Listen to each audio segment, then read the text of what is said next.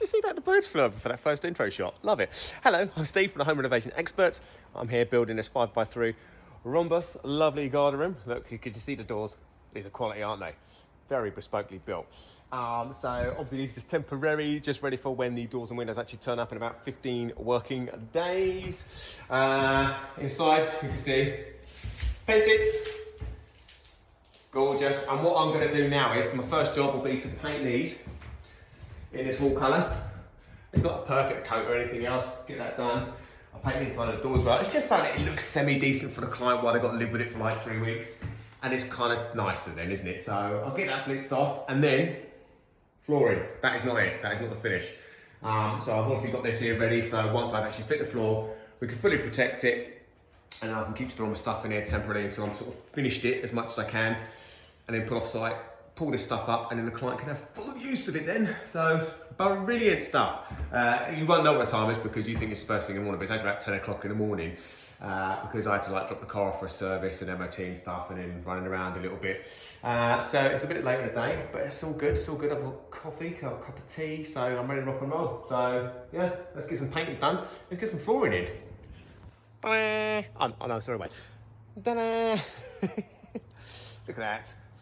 It's still a bit patchy because I've just literally finished it, so it's got to dry off. But there you go, look.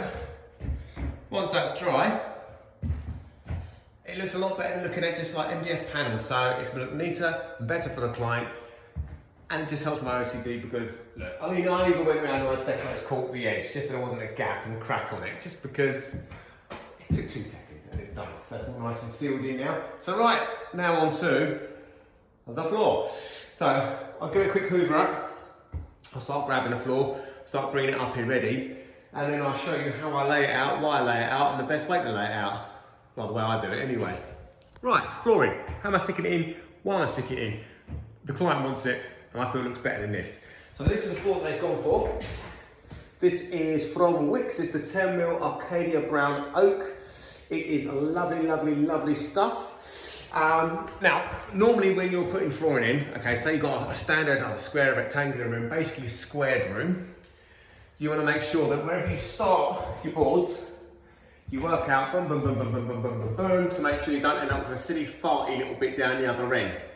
And this one, it doesn't matter, because no matter what I do, because I've got the angled wall at the back, I'm going to end up with that, but it won't be too bad because each board is actually going to have an angle, so pattern from like nothingness, and it gets wider as it goes. So it's going to look absolutely fine. So what I'm going to do is, I'm going to start flush off of this wall, like that, allowing for my 5mm gap, obviously off the walls. And what will happen then is once the windows and doors turn up, I will then cut my piece to suit in there at this point.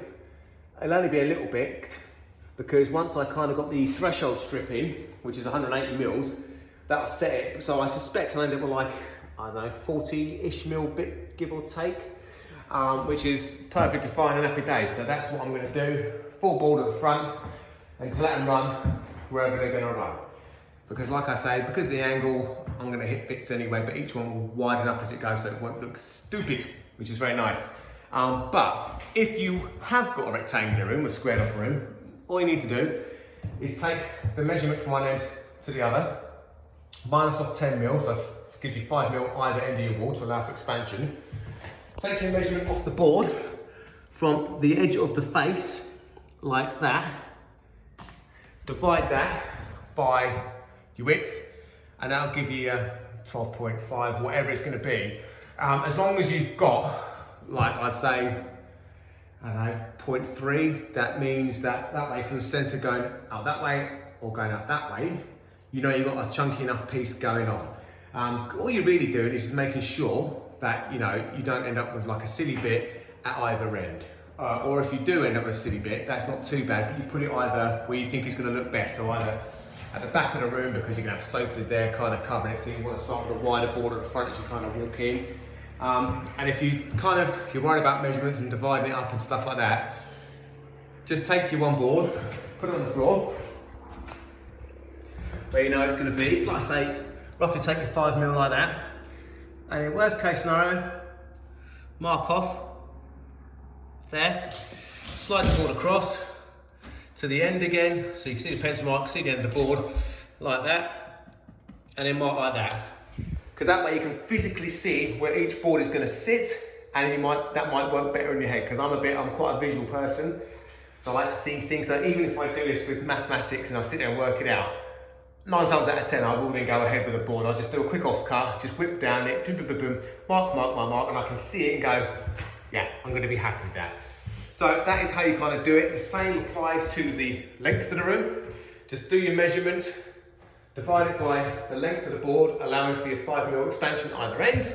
So this one come at 12.5, which I now means 3.5. So I now means 3 boards plus a half board at the other end. Perfect. And then how I'll stagger it. So this board is going to start off that wall and that wall, and then what will happen is the one that comes off of this will be set. It'll start at sort of 400-ish, or if I'm happy with the half coming off of that end, that'll be the first piece down this end because it saves waste. But I'll show you through as I kind of crack on and get going. But I'll get started now, and then I'll show you how I'm getting on. Brilliant. Right, there you go. You can see I have a big one. So like I said, first board went up against the wall. 5mm spaces to pad her out across different lengths, just to make sure we're keeping it nice and even, Stevens. So first board, second board, third board, half a board just there to finish it off. The offcut for that end one, because it's just over 400mm, starts me off here. Another full cut, another full cut, another full cut. Little trim, so it's about 400. Then off of that one, the offcut, is then my start for this side. And rinse and repeat. So as I've done a full board. This is just off of full board, so there's a little bit of a trim off that one. So that's now a full board. And now it's rinse and reset. So now it's, once I've done this line, there'll be a full board here. And we just keep running like that. So we get the same even spacing throughout. It's not randomised, but it is kind of randomised, so your eye will never go to it. And it looks bloody lovely. Isn't it nice? And what you also wondered is the underlay. So what I'm using is this stuff, Secure Vinyl Click Black. Really, really good quality stuff. So it's acoustic comfort, it's underfloor heating. It prevents moisture coming up to the floor, which it wouldn't anyway, because obviously PLR insulation underneath this floor with foil tape across. Again, this just stops moisture going back to the other way. So if you spilt, you're mopping in here. Why you mop with a proper bucket, I don't know. But it stops the moisture from then getting into the floor. So if you have a few spills of beer or whatever, not saying anything, Stuart, but it won't matter. It doesn't care. You mop it up. If it gets through, it's not going to damage the floor or anything else like that. So, done. Easy peasy. There's a billion of these sort of things in the market. Just find yourself a good quality one. And that's it. Don't go for the cheap ones. Get what you pay for. Apart from that, so I'm going to crack on now and get this done. And then once I kind of get to the beginning of the angles with the dangles, I'll show you how I go about cutting those and how I work it out and stuff like that. So stay tuned, I'll be back in a moment. Angles, we need to cut them, sometimes. So you can see the floor is coming along nicely. So just up to these last few little bits and pieces now. So what you're going to do with the angles is essentially, first things first, you're going to cut your length. Easy enough to do, because all you need to do is measure from here to there, and then trim that, which gives us this. Then the next thing is tape measure. So this one happens to finish there on a full board, which is just convenient, but regardless of that, all you do is measure up to the wall, back off by about 5mm. You can put a spacer there if you want to. Measure there to there, so that'd be 20. You then transfer that onto there. But coming from this end, because don't forget you want this end to be the straight edge that connects to the next one. So don't go putting your 20mm mark this end, so don't go measure from there to there and go, right, that's it, I'll chop over here, because now it won't connect. So make sure you're sort of chopping the right edge. Same again, measure there to there, transfer that to that edge, and then just get your chop saw, circuit saw, and do a straight cut straight across there. It seems complicated when you're doing it, but it honestly, again, it's not. It's just take your time, get it right, and you'll be fine. It's like one of those jobs, don't rush it, because if you start rushing it, that's when you start to make mistakes. But honestly, it's just about measuring. In some respects, it's no different than measuring from there to there and working out your distances, just that your distances aren't square here. They just happen to be distance from there to there, and distance from there to there, and then just chop that angle. which is not, I say, too difficult. So what I'm gonna do is transfer these splices. So for this one, it's really quite straightforward because I've cut the length, as you can see, I know it's gonna fit in there. All I've got to do is cut from this corner to the tippity toppity, just there, because this is the end board. And I know that gap there will be covered by the skirting because it's about 18mm overhang, so that's spot on. And then that'll mean that the floor is looking like that. And funnily enough, this is where like the rhombus room looks really kick-ass because the floor's in, it's giving you straight lines across the floor. So you kind of notice the angle more now. It kind of accentuates it, but in a really cool way. It feels like a TARDIS. When you come in now, and you've got this massive open space that kind of opens up at the back. It's just an interesting space. It's a great space to be in. And that's before the windows are like illuminating it and all the lights are on. So, chuffed it, absolutely chuffed it. So right, I'll cut these last few bits and pieces, and that'll be the floor in, and I'm a happy man. Skirtings. How do you do them? How do you do the cuts into the corner, all that kind of stuff? Well, it seems complicated. Sometimes I get confused and I do the wrong cuts in different angles, but it's usually because it's the end of the day as well. But here's how you make it a lot quicker, a lot easier. And these will be the professional, they're not just gonna be 45 cuts, they'll be the actual chamfered, nice finishes. So what you do is, you grab yourself one of these bevel, mitre, lovely things. So I've already preset that. So now that's now marked to that, okay? So what I'll then do is take this onto my chop saw. I'm gonna show you. You see why I'm not actually going to do it live in a minute, but then you come over here, put that up against there, so it's flush, so I know that that is my angle, okay? So I'll simply undo this, pin it around, keep going until I get it lined up and I'm happy with where it is. Lock it off. Done. And then the way that this angle is going to work is if I grab a little bit of skirting, so a little bit, full length, just go at it. I'll have to do the cut like this because now if you look at it, you can see that that angle, as the blade comes down through that bit of wood, it will then cut as I want it to, kind of that angle there. My hand is right in the way, so kind of come down that way, okay? Obviously, but you know, taking all that stuff, so look, doing the old bevelly thing in the corner, take it to the mitre saw, and once you do it, you cut it, you're going to be impressed with this, you ready? And here's what I prepared earlier. So there you go, so you can see, very slight angle on that. So what will happen is now, that one goes into that corner, like that. The 45s that I will cut, forget backwards here, 45 there, boom. And that's going to be for the join. So where the two skirtings meet up, that way it pins itself in and can't ever flop forward and stuff like that. So once you kind of cut that into the corner, sorry, done it the wrong way around, so there you go. Stick that in like that. You can now see that that's nicely cut to that angle. And now, here's the fun bit. So this one, you can see, look at that, beautiful. So what will happen now is, that comes across there, butts in, I've now got the absolute perfect join.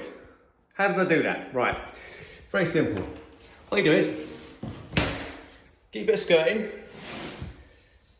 take an off cut that you've already got, place it on the edge, forget I've got that, pretend this is the flush edge here, like that. Make sure you've got the right edge, so I'm using the bull nose side. Simply draw around that, I'll do it roughly, just so I've got a rough idea, like that. So make sure that's going to be straighter, obviously. And then get my jigsaw, cut a straight line through there, and then curve it at the top, around, and you end up with that. And like I say, once you've got that, that'll now butt into that corner beautifully. Again, not rocket science, but it's one of those things, if you don't know it, it's complicated, and sometimes you cut the angles on the wrong side and you have to go do recut and stuff. It's fine, don't worry about it. Everyone does it, okay? All make mistakes as we go, but hopefully that gives you a good start in position. Like I say, this end has also been 45, ready to take the one that's going to go into that wall over there. And that's what I'll do. I'll do that for every single one. So 45 off of this one, straight cut, and then I'll take my bevel, measure that angle, take it to the chop saw, cut it straight, And then this one that comes into this side will be the one that's got the nice little notch on it to kind of butt into that one. And there you go, that's how it's skirted, and look at that. If I get your camera angle right, it looks like the skirting is fit. Finishes it, doesn't it? Doesn't it finish it? Look at that. Very, very chuffy. Right, so now, what I tend to do where I can as well is I won't nail these, I'll simply glue them. Gluing them is much, much better because the adhesion between the wall and the back of the skirting is going to keep it there forever. Nails can go loose over time and stuff like that. It shouldn't do. And you know, knowing where the joists are and bits and pieces is useful. But apart from that, it's all good. So yes, that is my plan. I'm going to crack on and get these glued now. Excellent. That's right, I'm done for the day, and that's been a good day considering like dropping the car off in bits and pieces this morning. Yeah, very happy. So there you go. Lovely door. Absolutely gorgeous floor. Look at that. Now you can see the angle, can't you? There she is. Skirting in. It's fair to say this one's definitely coming together. Absolutely beautiful. All my crap down one end, so I've left the floor unprotected for a second so that the clients can come and use it the weekend and sort of have fun and sort of get a feel for the space and plan out bits and pieces. Monday when I get here, it'll be then cover the floor, protect it, sort the tools out, bits and pieces, and then finish off a few bits of skirting, paint skirting as well. The other thing I forgot to mention was that, so the Sticks Light SHIT that I use, I also use that to caulk the top in. So that way, that joint should never open because not only is it not decorated as caulk, but it is slightly flexible, but it's actually pinned and it's gripping. So it's just a bit better to use, I find. I also cut these markers ready, so it's overlaps or overshot. So once the window goes in, that's cut. I just got to put a nice little chamfer on it, ready for it. Did the same in the corner. And yeah, then after I painted the skirting, it'll be get on the outside, put some baton, put some batten up, and then yeah, have a look at putting some composite up possibly. Just need to figure out whether I can do that before the windows turn up or not. So scratch my head about that.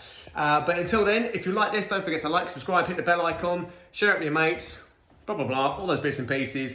And I'll catch you all on Monday. See you later, guys.